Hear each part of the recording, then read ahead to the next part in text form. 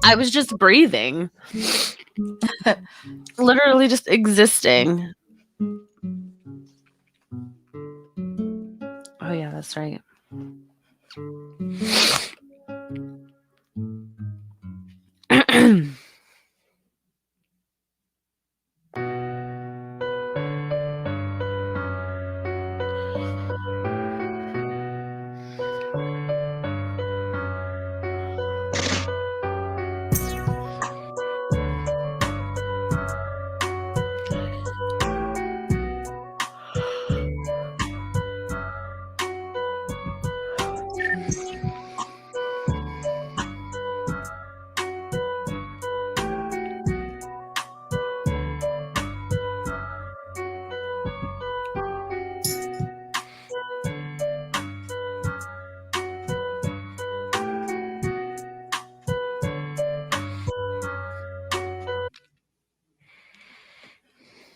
What's up, Seattle?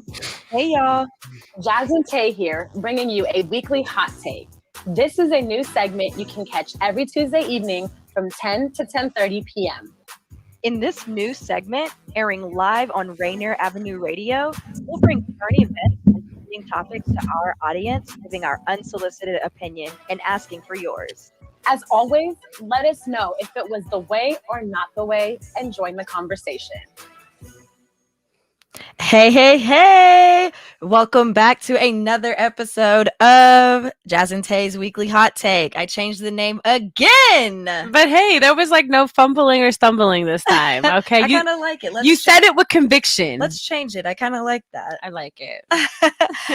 We are your hosts. I'm Shantae. And I'm Jasmine. And as we said before, this is our weekly hot take. This is a segment that's a spinoff from our hot topic on our podcast, The Way with Jazz and Taé. We bring up the hot, controversial topics of the world and we talk about it and let you guys know what we think. But we also ask you what you think.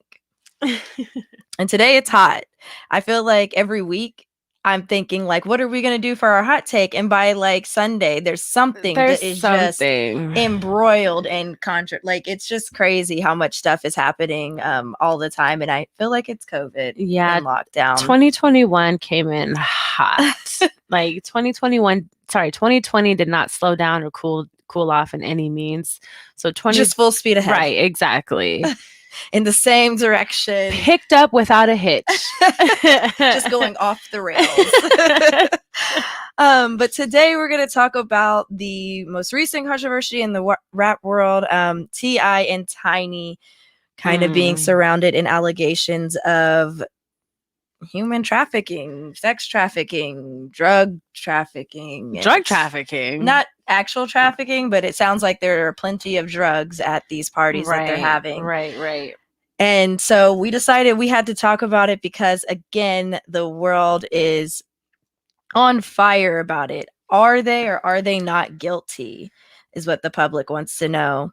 But before we get into our hot take, a little bit of paperwork. If you guys want to join our conversation or let us know what you think about the topic, you can always drop your comments wherever you're watching the show, on YouTube, Twitch, on the Rainier Avenue Radio App, as well as on Facebook Live.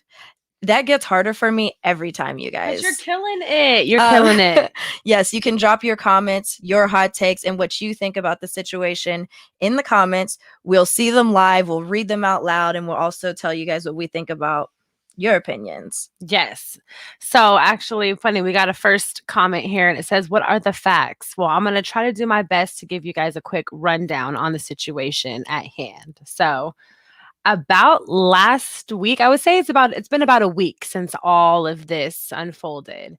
And a woman named Sabrina Patterson, who is an entrepreneur, business owner, and I guess a really close family friend of the Harrises, came forward with allegations towards rapper T.I. and his wife, former singer Tamika, aka Tiny Harris. Yes.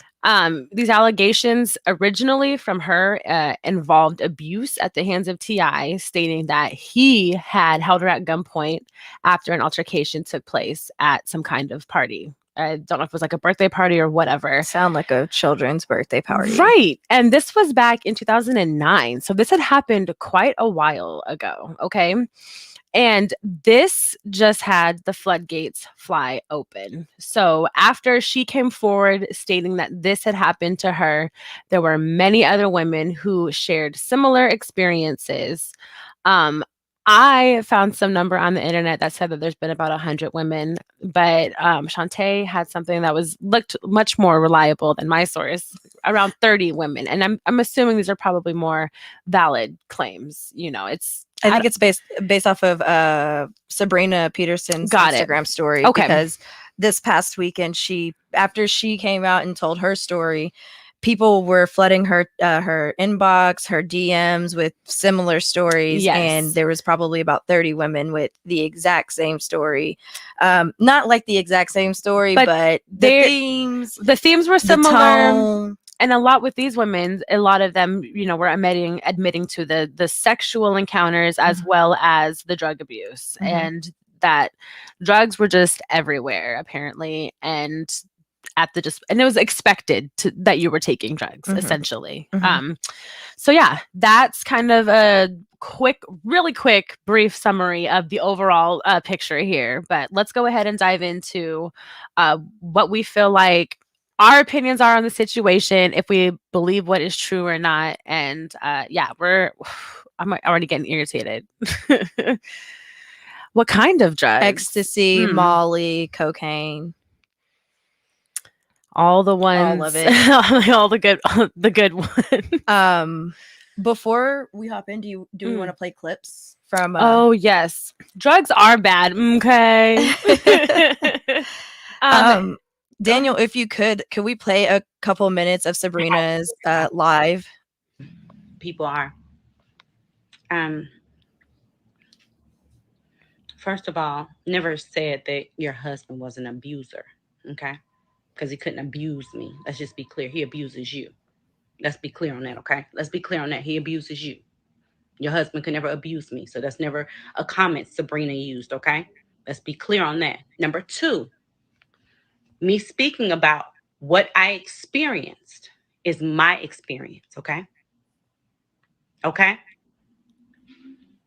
Your husband put a gun to my head after me looking out for you on several occasions. You are the battered woman. I'm saying you're the woman that's always somewhere crying. You're the one that's always being cheated on. You're the one, but you're the one that wants to go run to your friends and tell them what he did wrong in X, Y, and Z. And I was so young, I did not know. I didn't know to not listen to a woman when she's going crazy and crying about her relationship. The only thing I knew is that my friend was going through X, Y, and Z, and I jumped the fuck in like the dumbass I was. But the facts do remain the same. And if so I've let this go because it's so freaking old. This is so old, but this is a part of my trauma. This is a part of my truth. This is so old that he went on to make songs about it and so forth and so on. That same silver gun that was on the table when he was arrested, that one silver revolver with the long nose on it was the gun that he put to my head, screaming, "Bitch, I'll kill you, bitch, I'll kill you." I can hear T.I. saying that too. Right? In It that doesn't voice. even seem like out of character at all. So that was a few minutes of a clip of Sabrina Patterson and what she had to say about what happened to her and her experience in all of this. And that live actually prompted, again, like we said, a series of women who came forward with very similar stories. Many women who worked in strip clubs and all who said that in the initial approach, they were consenting. Yes. But things kind of took like nefarious turn once they showed up to this private party. And in all of the stories, that is about when it went south. And it didn't get any better after that. A lot of these women did continue relationships with them or had some kind of long-term agreement with them. But it sounds like, I mean, and you're taking phones. You're locking phones, people up. Like they can't call Ubers if they want to leave and be out of the situation. And they're expected to keep their mouth shut as soon as they leave, which is I understand. That's something that celebrities do. But that's what NDAs and lawyers are for, right. Not threatening people and drugging folks. Again, we don't know. We don't drug folks into submission. Okay. Right. We don't know everything, so of course everything is alleged at this point and just what's been put on the internet, but it doesn't sound good. It doesn't sound good, and it's another one of those things where not the internet and people were not really shocked to hear this. When it started to come about, nobody was really like shocked, and I feel like that alone it says a lot. We know that T.I. and Tiny are involved in different kinds of things. They like to do, it came out just a few years ago that they were into like having group sex and threesomes and all this stuff or whatever, so that didn't surprise anybody. It's just the whole you're using your power to get these women into these situations. Absolutely. For me, I think that's really the entire thing. I actually think before we get into that, let's play yes, you're T.I.'s right. clip, but let's not play T.I.'s clip yet, because I just want to say, so all these women came forward, right? And their stories are about the same, and none of us are surprised. Right. You wanted to bring up the whole Robert Kardashian and yes, that dig. Yes, that's right. So, T.I. felt like back in the day when Robert Kardashian and Blac Chyna got together, that he felt like he needed to run his mouth about Rob Kardashian. And he shut that shit down with a quickness. Okay? He was like, let me not remind you that I know that y'all were paying Chyna regularly for threesomes. And she was like, what, 18? And I'm sure it didn't start when she was 18, because we all know Chyna has been around for a minute. Sorry, Chyna love you ish. Not really, but I don't actually know her history. She's been in the game for a minute. I don't really know either, but I can't say for certainty, but it's just one of those things where as soon as Rob Kardashian said that, T.I. left it alone. He ran as quick as possible. He did not push it. So we have these women telling a story. We have celebrity testimony. And then, of course, T.I. being T.I., he couldn't leave it alone either. And he had to make a statement. He, of course, had to make a statement. He couldn't go without saying anything. That would have been just like, we'd have been like, T.I., we're all just waiting for you to say something. Daniel, could you go ahead and play a few minutes of T.I.'s response? It's really difficult for me to remain quiet in light of all the things that have transpired and all of the egregious allegations that's been tossed around about me and my wife. Scrabble champion. I love him. Egregious.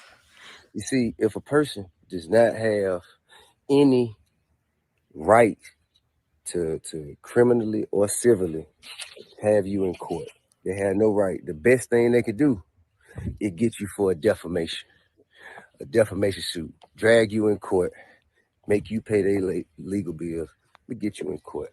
Now, I mean, at this point, man, it's at the point where that don't even matter to me no more, okay? But that's the motive, that's the strategy, that's the intention. Say a whole bunch of false stuff about you that get people to believe and make them come out and say, they're a liar, they're a liar, they're a liar. And then they can say, see, they call me a liar. That's defamation. Then they drag you in court, get you under oath and all that. Because unfortunately right now, it doesn't matter as much what they can prove you did.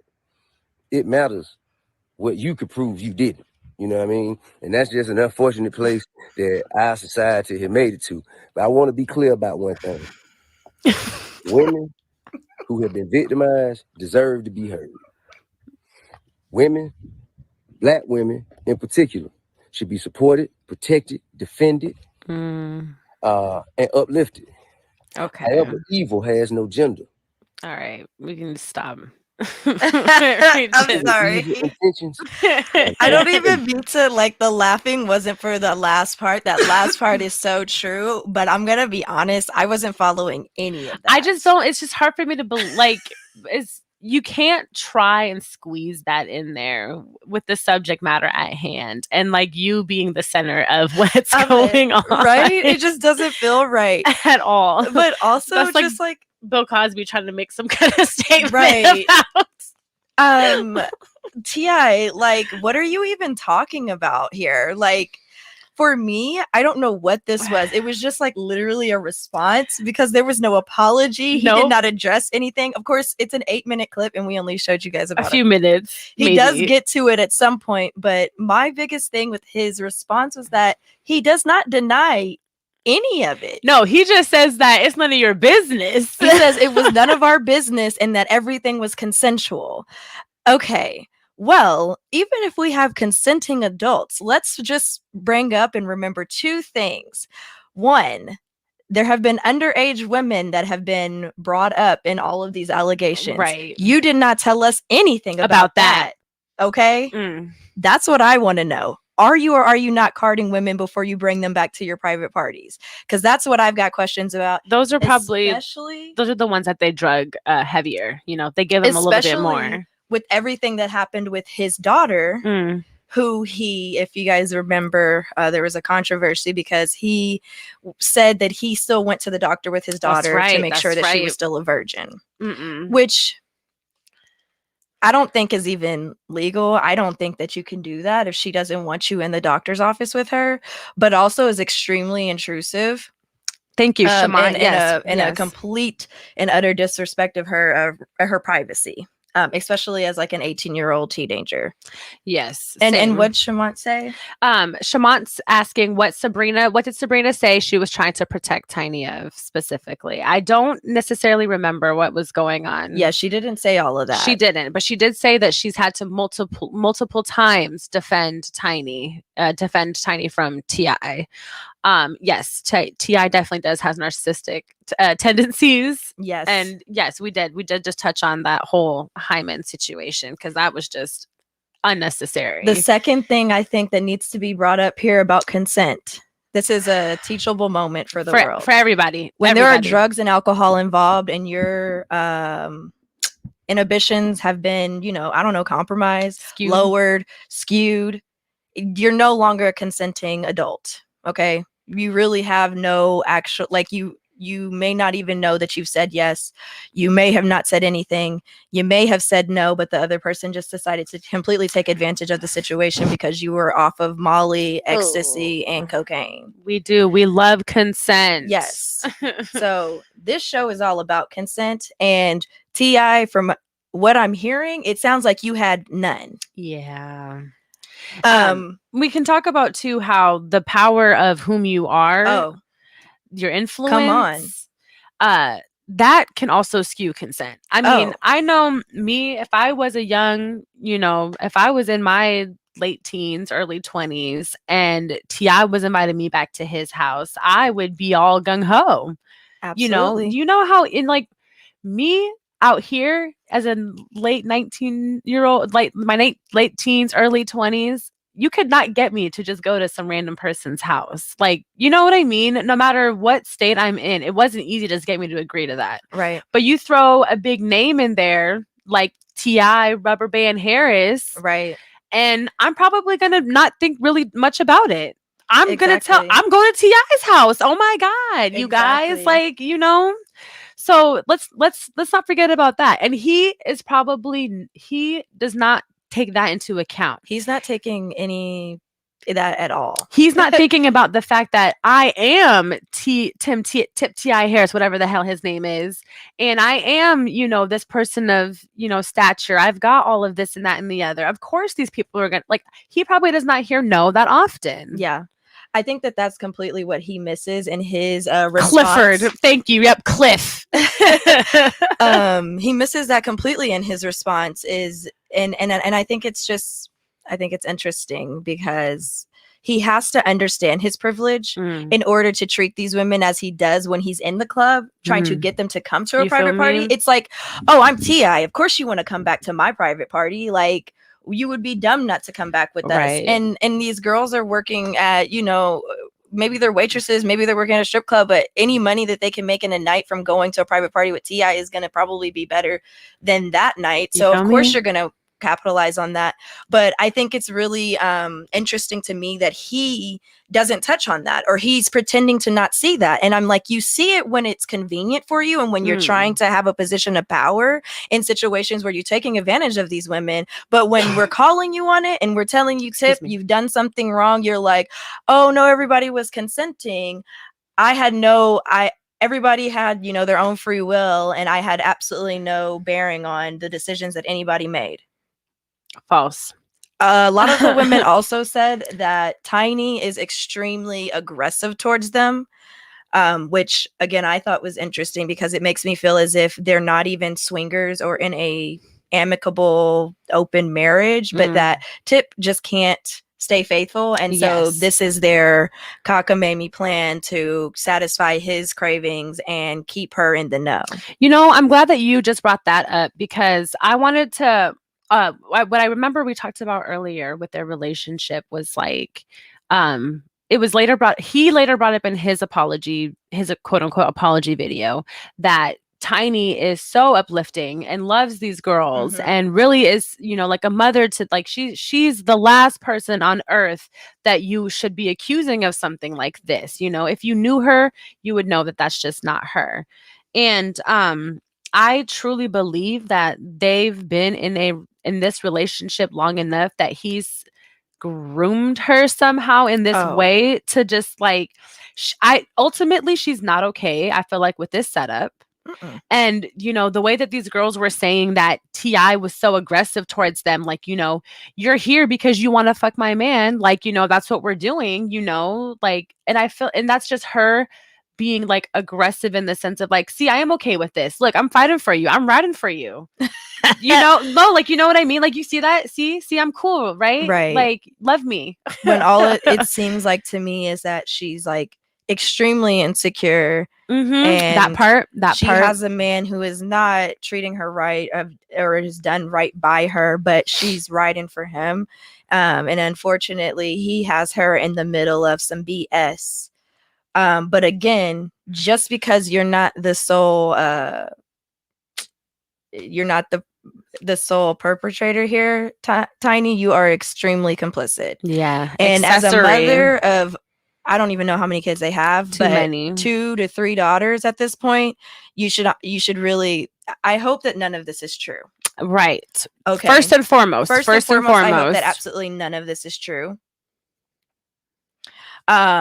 Because like I was gonna say, Tiny should be completely disgusted with herself. She really should, you know, and so should T.I. Let me not just, you know, write her off, but like, I just think that as a mother and to allow someone to, I don't know, to have that much power over you to kind of change fundamentally who you are as a person just seems way off to me.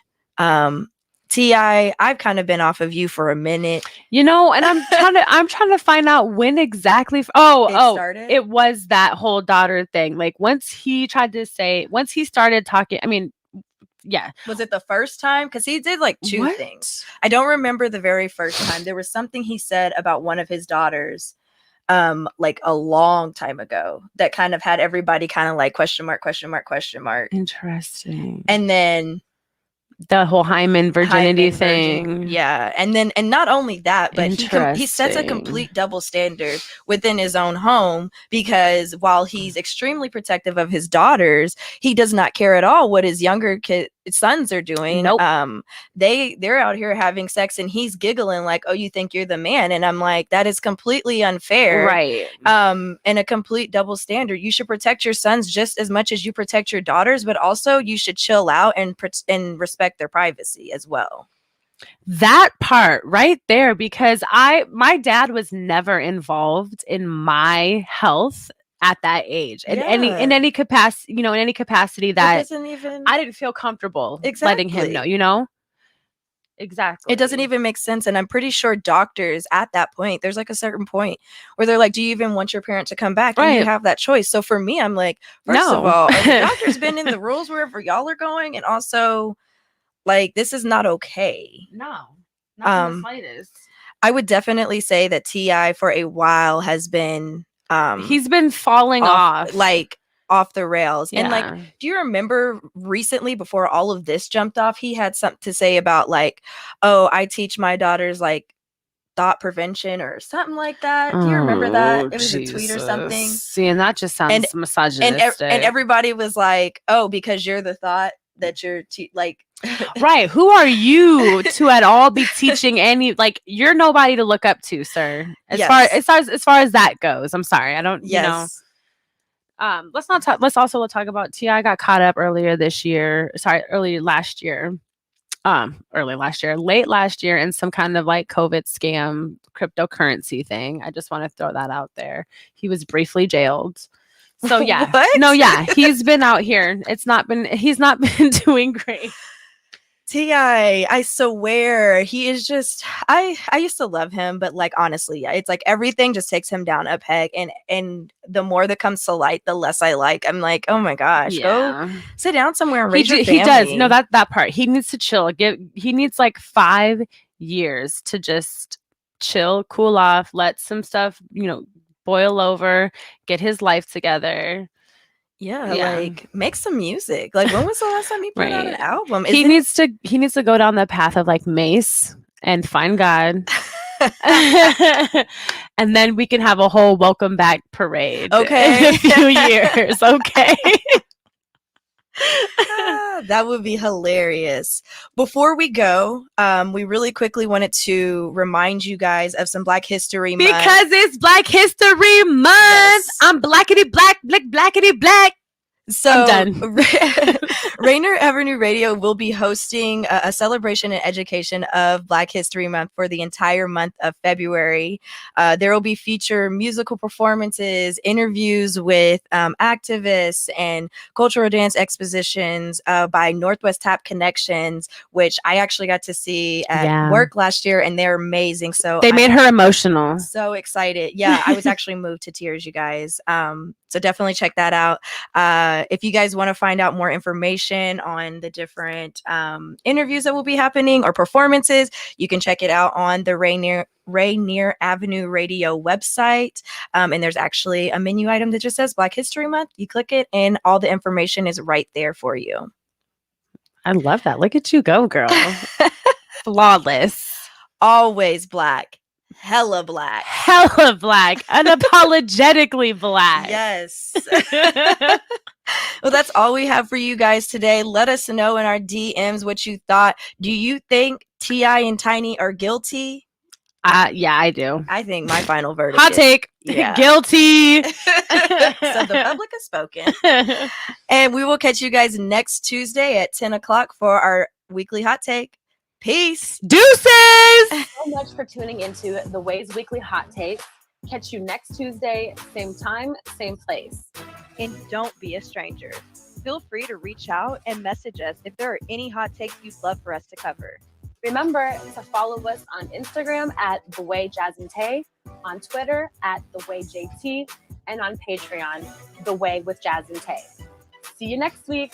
Until then, stay black. Peace. Hella black. All right, that was a good one.